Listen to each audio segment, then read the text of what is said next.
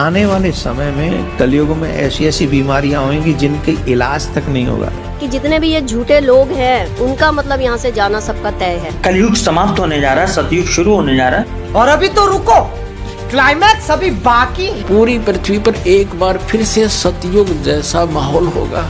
युग परिवर्तन शुरू हो गया, हो चुका है, कलयुग तो जा चुका है मेरे हिसाब से। पुणात्माओं, अब भी कोई नहीं समझ सकता तो 1 साल के बाद फिर आपको समझ में आ जाएगी। वो कैसे आएगी? इस कलयुग में कौन बचा पाएगा अपनी जान?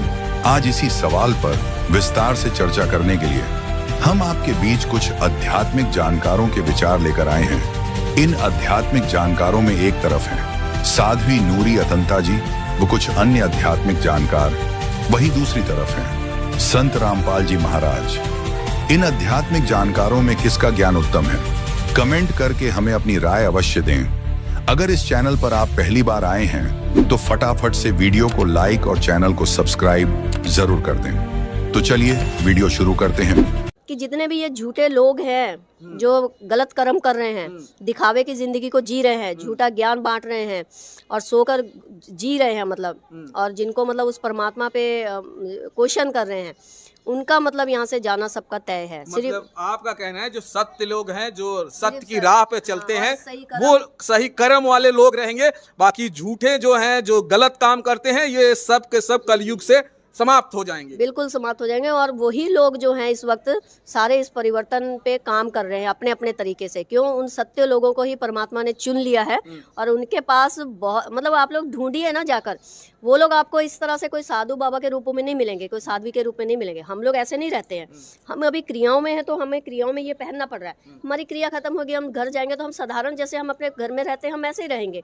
तो इस तरह से आप ऐसे लोगों को ढूंढिए जो अपने ग्रस्त जीवनों में, घरों में साधारण सा जीवन जी रहे हैं। उन्हीं को परमात्मा ने चुना है जो मतलब ये सब संदेश जिनके पास है। आपने कहा, तमाम इंटरव्यू में कह रही हैं कि ये कलयुग का अंतिम जो है स्टेज चल रहा है, ये महाकुंभ जो है ये अंतिम महाकुंभ है।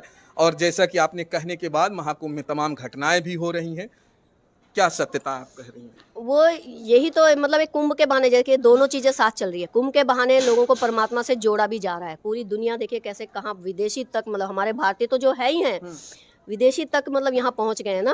तो वो कौन ला रहा है उनको? वो एनर्जी, उनको वो परमात्मा की एनर्जी खींच के ला रही। लेकिन दूसरी तरफ क्या है कि वो जो झूठ तूफान भी अंदर खाते चल रहा है ना, उसका भी पर्दाफाश मतलब। आप सत्य से बोलने से डर नहीं रही? नहीं, आपको बिल्कुल डर नहीं? लेकिन तमाम बाबा और लोगों को डर लग रहा है? हाँ, उनको लग रहा होगा डर।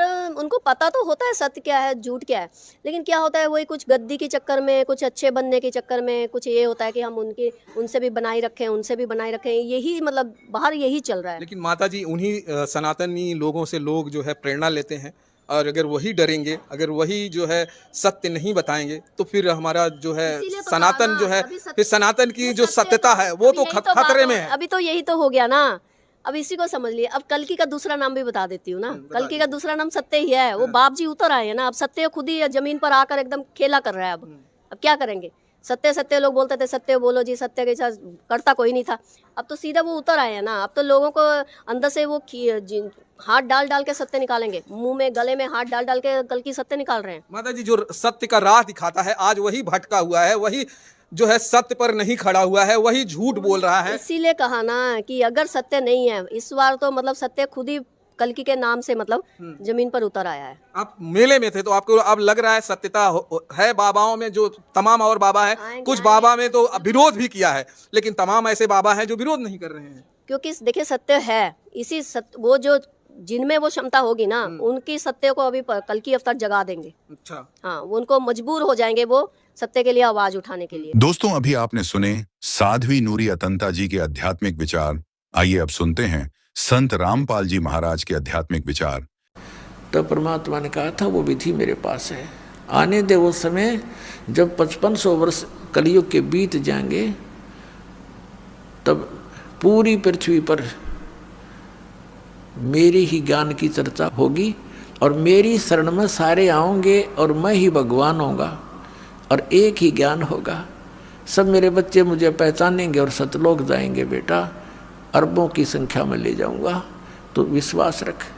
तो उस समय धर्मदास का विश्वास नहीं हो रहा था कि भगवान ये कैसे संभव हो सकेगा, आज आप स्वयं विद्यमान हो, उस समय ऐसा जुल्म होगा कि शराबी कबाबी सब बना देगा, ये काल इसकी तनीति है, उस समय तो और करड़ा हो जाएगा। तो भगवान ने कहा था कि जब तक वो समय नहीं आता तब तक ये मेरा वचन भाई हो नहीं साचा, निराधार दिखाई देंगी मेरी बातें, लेकिन जब वो समय आएगा सबको ठीक कर दूंगा। धर्मदास विश्वास रख, ये शिक्षा इसीलिए दी गई है पुण्यात्माओं कि आप ये अपने परमात्मा को पहचान लो, और पहचान रहे हो, छोड़ छोड़ कर नकलियों को भाग रहे हो। कबीर साहब कहते हैं कि डूबे थे पर उबरे गुरु की लहर चमक, गुरु के ज्ञान चमक, और भेरा देखा जर्जरा उतर चले फड़क।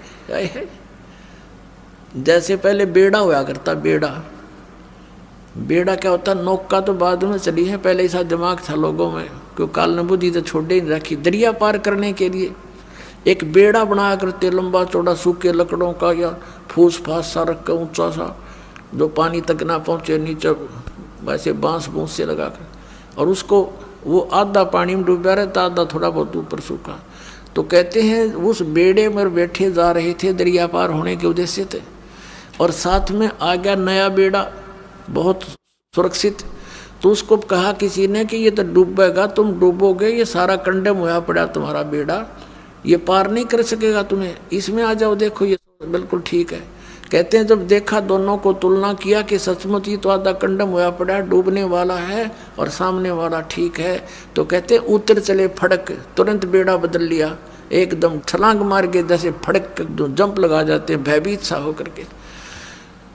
तो परमात्मा ने कहा था कि उस समय इस ज्ञान से और उस अज्ञान की तुलना करके मेरे बच्चे मेरे वाले ज्ञान को ऐसे ग्रहण करेंगे जैसे उतर चले फड़क, न दौड़ के भागे होंगे, कोई ना मरे नकलियों के पास।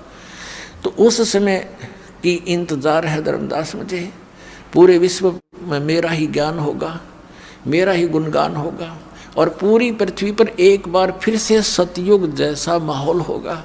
पुण्यात्माओं, अब भी कोई नहीं समझ सकता तो 1 साल के बाद फिर आप पर समझ में आ जाएगी। वो कैसे आएगी अभी दिखाता हूँ। अब हम आपको ले चलते हैं इसी कबीर सागर के एक अनमोल और खजाना हाथ लगे अपने। 171 पृष्ठ है, समसम वेद बोध, और ये वही बोध सागर खंड है। इसका अध्याय है समसम वेद बोध, 171 पृष्ठ पे। यहाँ क्या 171 पृष्ठ पे, 170 से थोड़ा सा पढ़ेंगे हम यहाँ से नीचे से।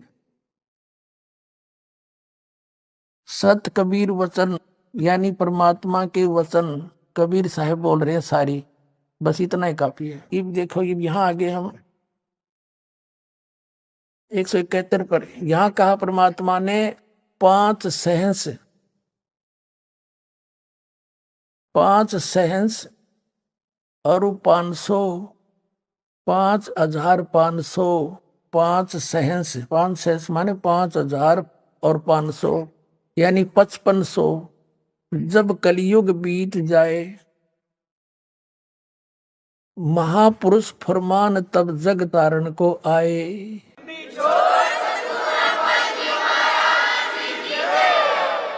5500 जब कलयुग बीत जाए, महापुरुष फरमान तब जग तारण को आए। कबीर साहब ने 600 वर्ष पहले लिखा था, और इन भविष्य वक्ताओं ने तो बाद में परमात्मा के द्वारा रचे विधान को ही बताया है। जैसे सूर्य उदय होना ही था, क्यों परमात्मा ने निर्धारित कर रखा है। बताने वाले ने बता दिया, अच्छा है, ना बताता तो भी होना ही था। हिंदू तुर्क आदिक सब जेते जीव जहान, सतनाम की साख गह ये पावे पद निर्वाण।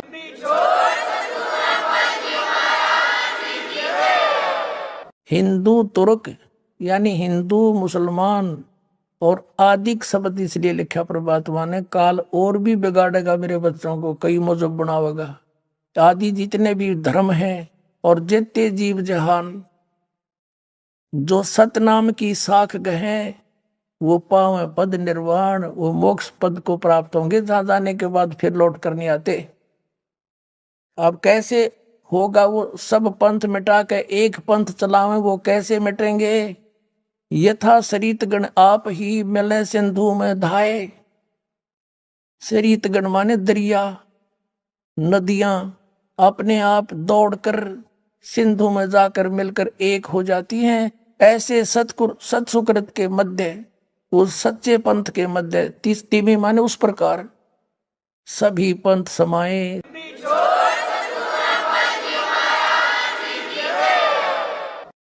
यथा सरितगण आप ही मिले सिंधु में धाये। धाये माने दौड़ के, बाज के। और सत्सुकृत के मध्य तिमी सभी पंथ समाये। जब लग पूर्ण होए नहीं ठीके को तीथे वार। और कपट चातुरी तबलों सम सम वेद निराधार। कबीर साहब धर्मदास जी को कह रहे हैं कि ए प्यारी आत्मा, आज मैं जो ये सूक्ष्म वेद के अंदर लिख रहा हूं, ये सूक्ष्म वेद है सारा कबीर सागर। मैं जो आज लिख रहा हूं या आज बोल रहा हूं, तू लिख रहा है, ये आज का बोला। जब तक वो ठीक का समय नहीं, वो ठीक नहीं आवेगी। ठीक का अर्थ होता है निर्धारित समय। जैसे हम उस समय जन्म हुआ दास का, उस समय हमें अपनी लोकल लैंग्वेज का यूज करना पड़ा था। तो हमारे सभी नगर निवासी ग्रामवासी ये कहा करते, जैसे कोई व्यापारी भैंस ले जाता था और पैसे कुछ नहीं दे पाता था, कहता था फलाने दिन आ जाना, फिर कहता था भी नहीं बने 2 महीने पीछे आ जाना उस दिन। तो कहा करते कि वो व्यापारी पैसा ना देकर आगे से आगे ठीक बता रहा है। ठीक माने निर्धारित समय दे रहा है और समय बतावा है। तो यहाँ परमात्मा ने कहा कि जब लग वो ठीक का तिथिवार नहीं आवेगा, वो 5505 नहीं आवेंगे, तब लग तो मेरी बात या सूक्ष्म वेद में कही हुई बिन कति निराधार लगेगी। क्या कि सभी पंथ ऐसे मिल जाएंगे उस एक पंथ में, जैसे दरिया भाग करावे हैं। सब पंथ मिटा के एक चलाऊंगा। कहते आज ना दच्चे या बात। जब लग पूर्ण होए नहीं ठीके को तीथेवार। ठीक की तिथिवार और कपट चातुरी तब लगे। ये सूक्ष्म वेद निर्धार कि तब तक तो सभी पुण्यात्मा जितने भी आत्माएं हैं कपट चातुरी के कारण इन औरों को भगवान मानती हुई ना तो कबीर जी को भगवान माने और ना उनका याद जच्चा कि यूं काम भी होगा, सब एक होंगे पूरी पृथ्वी पर। देखो आगे मालिक ने क्या लिखा है कि पूरा शांति होगी पूरे विश्व में, पूरी धरती पे। देखो हम यही पढ़ रहे हैं सूक्ष्म वेद 171 पृष्ठ पर कबीर सागर से। अब हम यहाँ आ गए हैं कि जब लग पूर्ण होए नहीं ठीके को तिथिवार। इस ठीक की तिथिवार वो दिन नहीं आवेगा। और कपट चातुरी तब लो और सब संवेद निराधार। तब तक तो सारे प्राणी कपट और चतुरता से काम लेंगे, कर्म बिगाड़ेंगे अपने। और मेरा ये लिखा हुआ सब संवेद सब निराधार नजर आवेगा। और फिर देखना जब ठीक का दिन आवंत, यो ठीक है ठीक नहीं, अंत नहीं आवंत। सब ही नारी नर शुद्ध, सब ही नर नारी शुद्ध हो जाएंगे, बुराई छोड़ देंगे, कपट चातुरी छोड़ देंगे। सब ही नर नारी शुद्ध तब जब ठीक ठीक का दिन आवंत। यो ठीक का दिन है, गलती मेरे मिसप्रिंट हो रहा है। और कपट चातुरी छोड़ के शरण कबीर गहंत।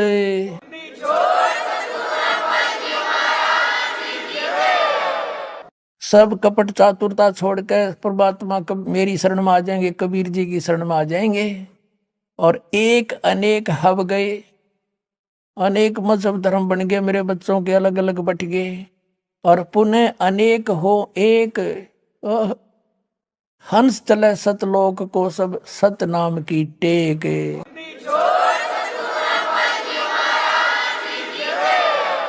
अब तो एक से अनेक हो गई है, अब फिर अनेक से फिर एक होंगे। और सतनाम लेके सबके सब सतलोक में जाएंगे।